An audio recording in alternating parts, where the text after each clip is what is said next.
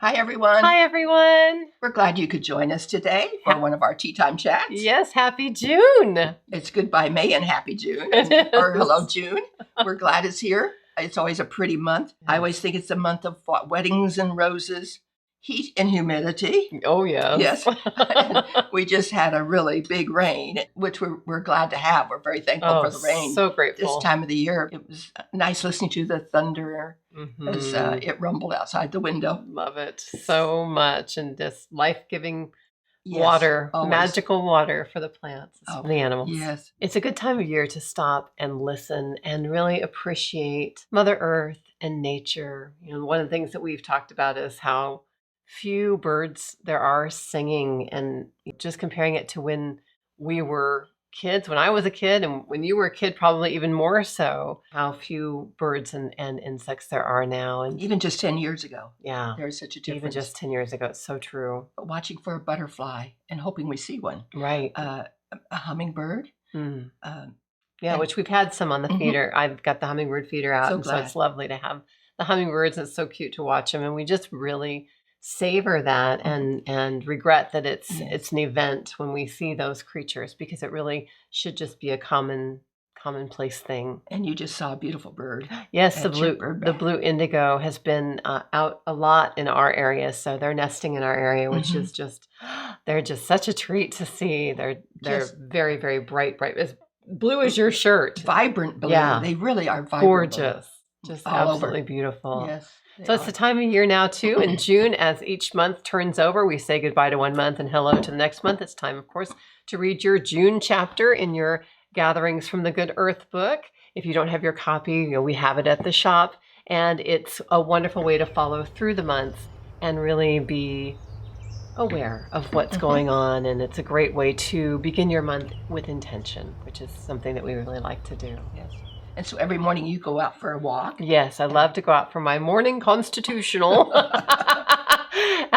which I jokingly call it. But it is just to get out and walk and see, what plants are blooming, what's going on out in our little area here. And they mowed the side right where I like to walk. And I was just so sad. But then I was looking further back in the trees and such as I walked and noticing some new things, which was wonderful. Sure. And whenever I walk, I do try and gather, flowers or something. And a lot of times if it works out, I'll stop by Mom's, since she lives right next door. I'll stop by and sit on her front porch with her in the morning and bring her a few wildflowers that I gathered. And I'm back in the woods, so I'm usually sitting on the front porch when she stops by.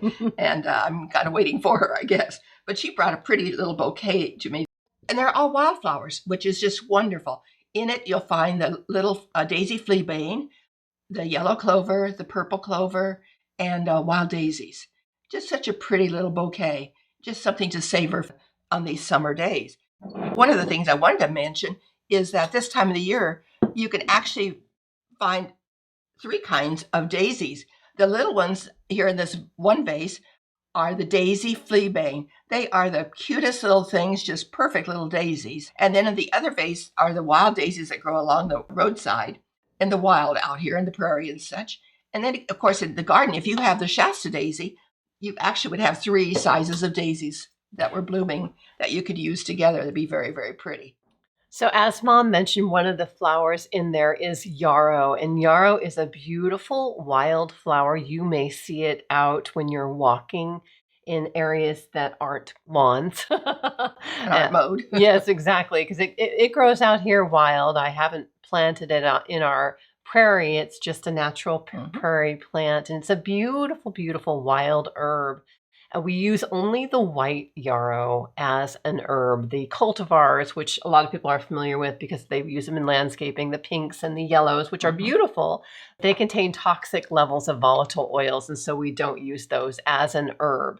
They're pretty to look at, but the ones that we use as an herb is the white yarrow. And white yarrow, its Latin name is actually Achillea milliefolium, and Achillea comes from the Greek hero Achilles, who was a warrior. And it would be really appropriate for Achilles to know about this, because some of the common names of yarrow are woundwort, bloodwort, stop bleeding herb, carpenter's herb, and you kind of get the idea that it's good for wounds, right? And it is. That's what this herb is really renowned for, is its ability to stop bleeding, to ease pain, to help promote healing, and to prevent infection. It can also be used internally as a tea. We don't use it internally as a tincture as we do many herbs because it has a constituent in it called thujone, which is alcohol soluble but not water soluble, and it's something that you don't want to ingest or you have in your body. And so we just use it internally as a tea, and it's wonderful as a tea. It's actually a really strong herb, and it's one of those herbs that when you smell it, it smells like medicine. It doesn't smell pleasant like a rosemary. It smells, I guess, pleasant in its own way as a medicine. It is a normalizer of blood and waters in the body taken internally. So any kind of wound, inflammation, or congestion in the body, or mouth issues like gingivitis or spongy gums, you can use a tea of yarrow, or better yet, yarrow, sage, and plantain would be wonderful together as a tea for mouth issues. Just simply to swish around after brushing at night and then swallow the tea because it's good for you inside too as well. Also great for helping to break a fever and to drink at the first sign of illness because it can help halt the progression of illness taken at the first sign of illness. And so that's one of the reasons why it's something that we put in our Feel Better tea. Our Feel Better tea is a blend of yarrow and mint and elderflower and calendula and marshmallow and some other herbs to be taken really at the first sign of feeling under the weather is what we say. It's for those under the weather days. And so we love our Feel Better tea, and it's something that we will keep in our first aid kit and in our cabinet for when we might start feeling under the weather. We get a lot of good comments on this Feel Better tea, that's for sure. And another time this week, Tamara did stop by with a bunch of yarrow, and she just handed it to me and says, okay, Mom, take care of it. And so what I do is I take it and hang it upside down. I'll take a few stems together, wrap them, and I'll hang them to dry. We will be using these. Well, it's one of the things that we send to our students in the boxes in our home herbalist apprenticeship program. Everybody needs to be familiar with this herb. This is a wonderful, wonderful herb to use. It's one of our top 5 for sure. And there's only like a 2-week window to gather this to when it's usable. And now with rains in this neck of the woods, I'm not sure it could turn brown very quickly on us. So I'm glad we gathered what we did beforehand. I knew that you did and brought it down for me to take care of. And then she also brought a whole basket of roses that she clipped from her rose garden. She has probably 20 roses or more, and she's clipping them. And I pull them off and put the petals on a clean dish towel and let them dry. So my goodness, my house smelled very good this week with the wonderful rose petals. I want to mention though, if you're going to have butterflies in your garden, you'll want to plant a couple of things that will bring the butterflies in. They work as host plants. And yes, there's still time, June 1st, this time of the year, to plant these items if you haven't gotten in your garden yet. And that would be dill, parsley, and fennel. And of course, milkweed grows in the wild out here, and milkweed is another good plant. But I don't have to plant it. It's growing up and down my whole lane. And I love seeing it there. I do love seeing the caterpillars come onto the dill and also the fennel and the parsley. The one thing with the dill, it will reseed itself. So you don't even have to plant it for next year. It'll come up all by itself. Or you can collect a lot of the seeds and use them yourself too, whichever you would want to do. Yeah, those are host plants for the black swallowtail, and it's such a beautiful butterfly. And it's good to, you can just Google butterfly gardening and see also other things that you could plant maybe for other butterflies. And of course, natives like yarrow are also important for some of the native insects and butterflies. They are too. So. But it's a good thing to be out and about in your garden if you get a chance. Oh, gardening is so good. There's so many benefits to gardening. Not only is it good exercise, right? We get out, we lift things, we move dirt, we crouch, we do all of the great movement biomechanics. We also get the sunlight, which is so good for us. Not only the vitamin D, but the sun hitting our just on the side. Of course, I wear a hat and sunscreen when I garden, because usually we're out later in the day.